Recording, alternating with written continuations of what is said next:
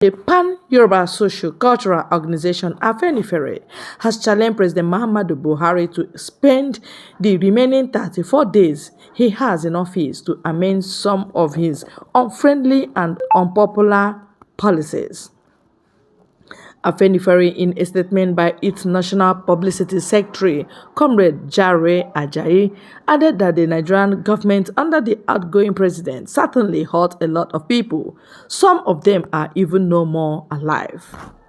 The group, while noting the plea by the president for those he might have hurt to pardon him, said it would have been much better if the president listened to the various advices and plea made to him over the years regarding the unfriendly, if not retrogressive steps his administration had been taking. The Yoruba's foremost socio-cultural, socio-political organization said many more people might be inclined to forgive the president and change their notion of him if, within the remaining 34 days he had left in the office, he could effect dramatic changes in policies that made life difficult for Nigerians. Afenifere stated that the series of attacks on defenseless people and the subversion of economic activities in various parts of the country give us a lot of concern, especially as we move towards the handing over of power on May 29th, by the grace of God. Afenifere regretted that apart from kidnapping people on highways, bandits now even have the effrontery to go and abduct people from their homes, as happened to one Adebokola on Ondo State, to a former deputy governor of Nasarawa State, Professor Onje Guy Wodo, to the driver of the incumbent Nasarawa State deputy governor, to one Muhammadu Jubril in Ago Igbira, Osun State, and to over 100 students of Federal Government College, Yauri Kebbi State, who were abducted from their hostels. To mention a few, the group recalled that Minister of Interior Ogbeni Rauf Aregbesola, while speaking in Katsina in April, has stated that the federal government will soon be deploying electronic digital technology to ensure 24 hours inch-by-inch surveillance of 4,500 kilometers borderline from the eastern part to the western part, including the coastlines of the country. Afenifere stated that the maxim, only if the president really wants the negative perception of his administration to be changed, he said. Among the steps suggested by the Afenifere were the immediate payment of the 8-month salary of university lecturers, decisive action that will permanently halt banditry, kidnapping, and sundry terrorist activities in the country, and allowing those who desire to import fuel to do so for the price of the product to come down to less than 100 naira per litre. Deliberate actions on part of the Buhari government to bring down the price of electricity, gas, kerosene and diesel to about 100 naira per measure instead of about 750 naira that a litre of diesel now costs, to ensure that the lower price remained permanent. The government could license Nigerians who were into modular refineries to start producing, even moratorium, while serious efforts should be made to bring the 4 refineries in the country back to production. Efforts should be made to ensure that those in IDP camps were resettled in their ancestral homes, with adequate steps taken to ensure that bandits no longer assault them.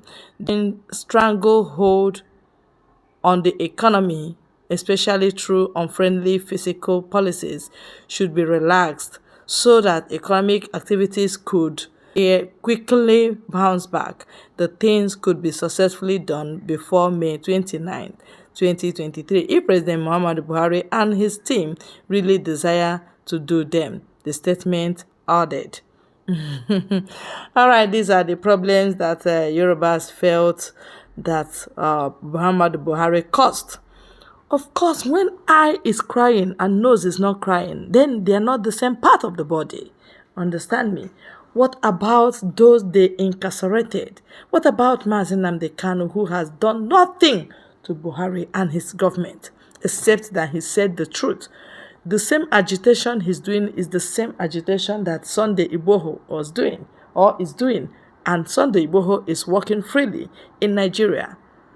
But Mazi Nnamdi Kanu has been in DSS custody. When the eye is crying and the nose is not crying, they are not the same part of the body. So you just have to divide Nigeria along ethnic lines. Hence, we love ourselves so much ethnically. All right? We just need to part ways and be free and be peaceful and be friendly again if we wish to. All right? A president or so-called presidency that could not say a word during the whole of irregularities they met or they saw on ground. Of course, the government that brought them in was also rigged. When they were doing underage voting for Buhari, he didn't say anything. Yeah, that brought him into office by Atahiru Jaga, of course, a Fulani man. Now, they have already rigged Tinubu in to be able to cover their sins, bomb covered.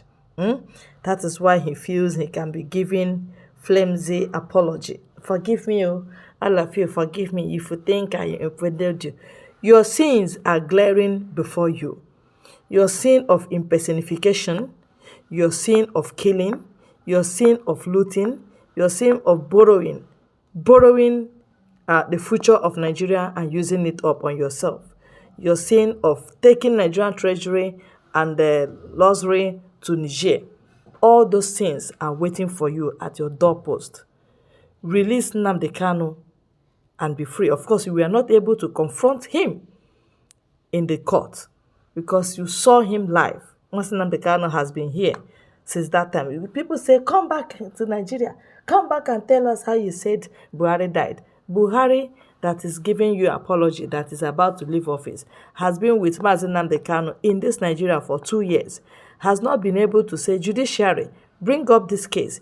You said I died. How come you said I died? I am here. This is me, Buhari. What do you want me to prove? What don't you want me to prove? He never did that. All these things, he's sitting on it. And he thinks that God is a man, or that God does not understand, or God's hand is shortened that he cannot reach Nigeria, or God's hand is very weak that he cannot remove his life, or deal with him decisively according to his own coin against the masses. These are the problems Nigerians are having. When it's happening in Yoruba land, Igbos will talk, they will condemn it. When it's happening in Igbo land, Yorubas will not talk, they will not condemn it. The rigged election that should have been free and fair. Let us even know who the next leader will be after the whole suffering of 8 years. Yet they had the effrontery and audacity to rig that election into wrong hands. Is that how Nigeria will survive? Let's continue to deceive ourselves. God is watching. Drop your comments on this very news, like and share our videos. God bless you.